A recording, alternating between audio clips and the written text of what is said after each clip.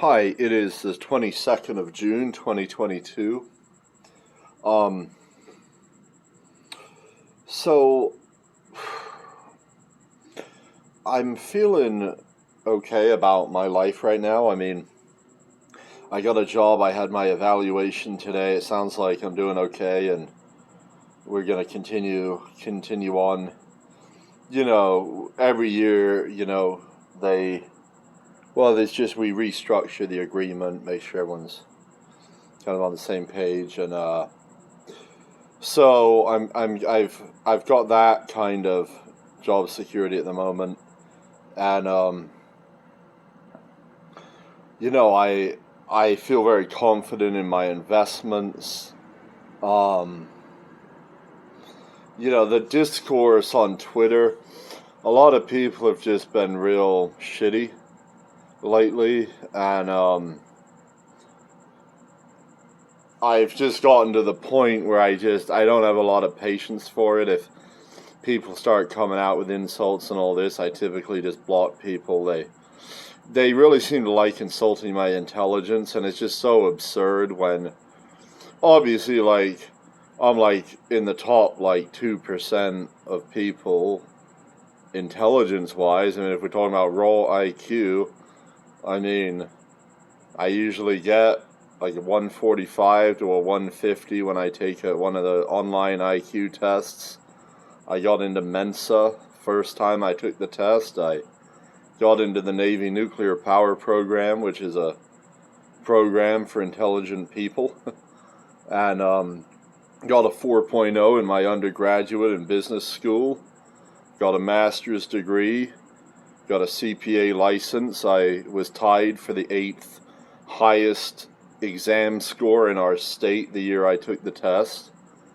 So, I mean, I'm not a complete dum-dum, but apparently that's what these people need to tell themselves in order to, I guess, be able to justify discounting what I'm saying. And what I'm saying typically is very straightforward, very obvious, and they're just choosing not to try to understand it or have empathy, and they're just choosing to double down on their hatred and their resentment and their incitement.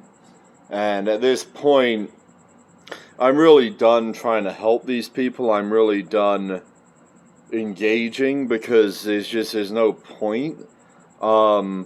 Reality will remain reality, and it will do so until it punches them in the face. And people are gonna be having some really rude awakenings.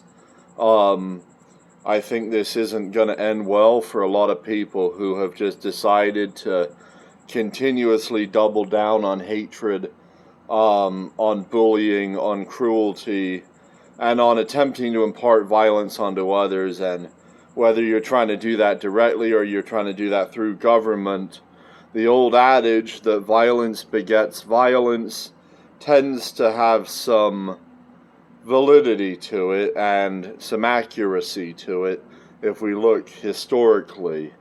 And, if you're trying to control other people, you're trying to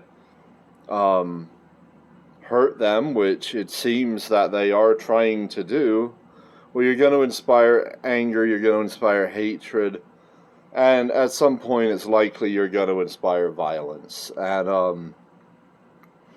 I think they want to do this. I think they want to inspire violence because they think if they're violent, well, then the police will come get them and the government will step in and stop them.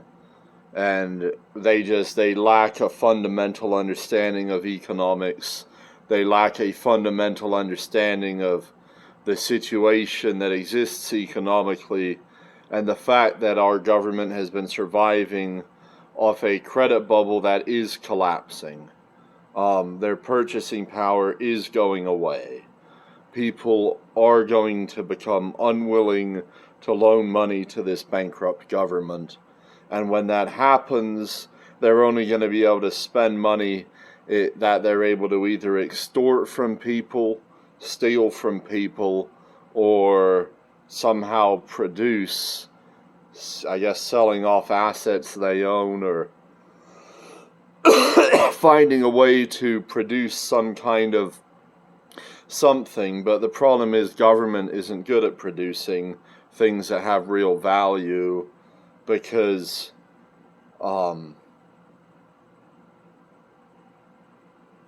they don't understand how to run a business. They don't understand how to operate in a marketplace, and there's typically a lot of bureaucracy, and you don't get the best people. And if you're not able to pay the people, which of course our purchasing power is going away, now you're either looking for volunteers or you're looking for slaves. And either one isn't going to give you a great work product, because the volunteers are going to be few and far between, and there aren't going to be enough of them. And slaves are going to do as little as they can do to avoid punishment. So their motivation's never going to be to get the job done. Their primary motivation is going to be to avoid punishment. They're only going to work as far as they think it's going to help them with that objective. And that is an inefficient system, and it's in a system that inspires additional hatred, additional resentment, and likely additional retaliatory violence. And so the government is going to have no, and if you extort and you steal stuff, maybe you get some stuff, but eventually the people you're stealing from either run out of stuff for you to steal, or they get good enough at hiding that stuff or moving that stuff into forms that you can't get, that you're not able to get anything else. And so I fully expect they're going to do everything they can to come for what they can, but at the end of the day, they're going to have no way to feed their own population, and this beast will start to die as it feeds upon itself. And I think those of us who support freedom and recognize what's happening in the world, we really just need to figure out how to protect ourselves, protect our assets, hide our person, our bodies, not let people know where we are, and if they do find us, be prepared to defend what is ours.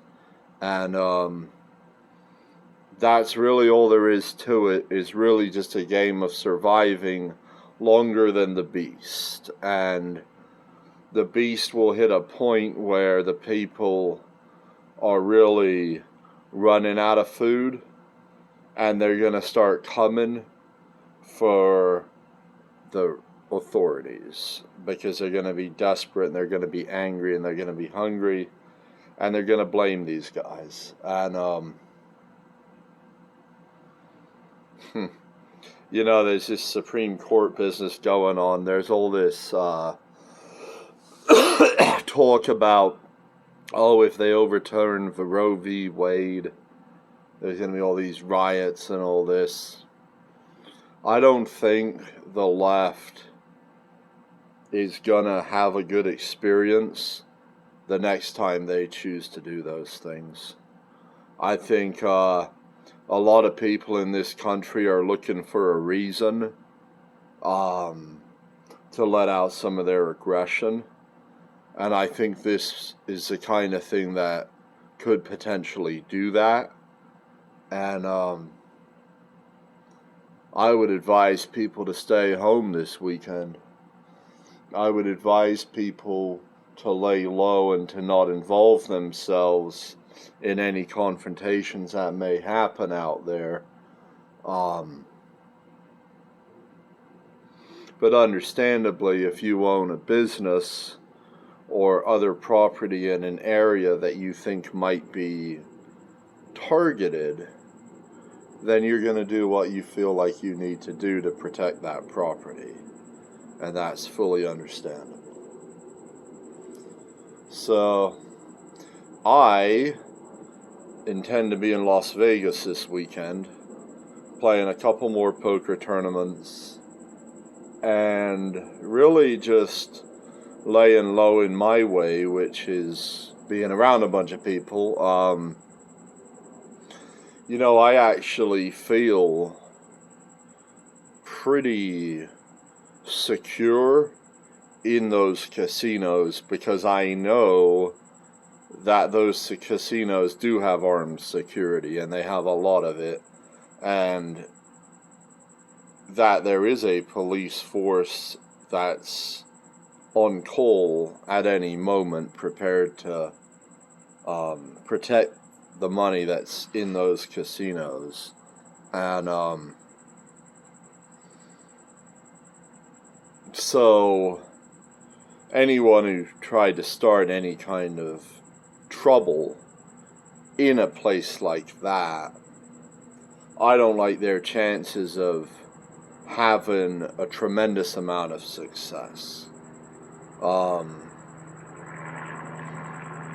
They also don't check your bags as you're walking around.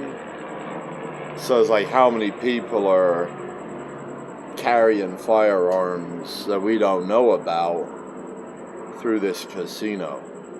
And I understand that maybe that's not allowed, but I also understand that they aren't going and checking these bags, and people are a little on edge lately. So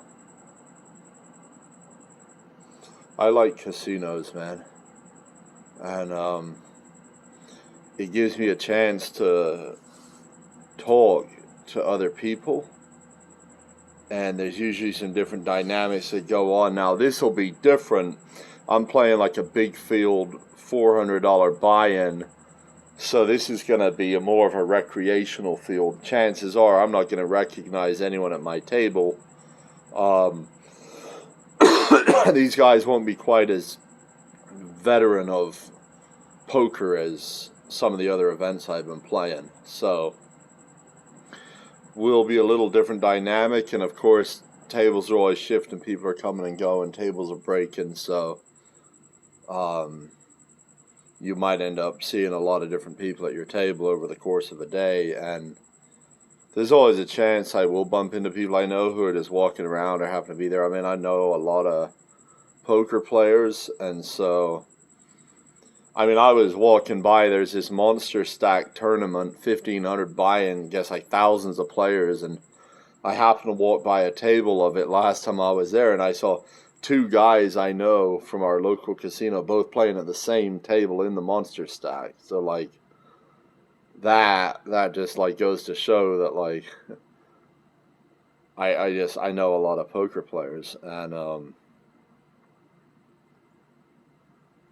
we'll see, man. I'm glad for this opportunity. I don't have a lot more vacation to use for the next 10 months, but it's nice. They've reduced our schedule to 36 hours out of busy season, so I just do 4 nines, and that gives me a 3-day weekend pretty much every weekend, except, well, I have the kids every other weekend, so every other weekend I have a chance to do something like this where I go to Vegas, and like I don't even need to use vacation. I can drive up Thursday after work, stay 3 nights, and the other weekend I just take the kids to the water park. So life's okay, man. And went to my improv class tonight, and I like being around people in person. I feel in person like I'm able to really relate to people well, whereas on Twitter everything's just so confrontational and so shitty. So, when I'm at the table, I'm very rarely having any kind of issues with people. I mean, there was one guy at Talking Stick a few weeks back who, he was just being a dick, and so I pretty much put him in his place. But, that's unusual. I mean, I don't find it necessary to do that too often, and I've really only had like maybe 4 like big like confrontations at the poker table, like verbal confrontations. Never had a physical confrontation. I did have a guy get in my face one time, but no one actually put their hands on the other. But these things happen. It's poker. There's money moving around. People are winning. People are losing. A lot of different emotions, and especially right now, I think people are more kind of emotional than. You know, last time I was there, I mean, there was this masked guy at my table, and like I think he was like trying to be my friend, like because the thing is about me is like I'm like a courteous guy. Like even like you might be wearing a mask, I might think that's absurd, but at the same time, I'm not gonna like come out the gate and be like an asshole. I'm gonna be my regular self. I'm gonna treat you like a human being, and I think just the fact that I was doing that, this guy was starting to feel like, oh wow, like this guy must like me, like he must be a COVID cult member as well. When in reality, I'm like, well, even though like I'm friendly, like that don't mean I want to be your friend, because I'm not trying to have like lackeys running around wearing fucking masks. Like, yeah, I've talked about starting a cult, but like, first of all, my membership is very selective. I only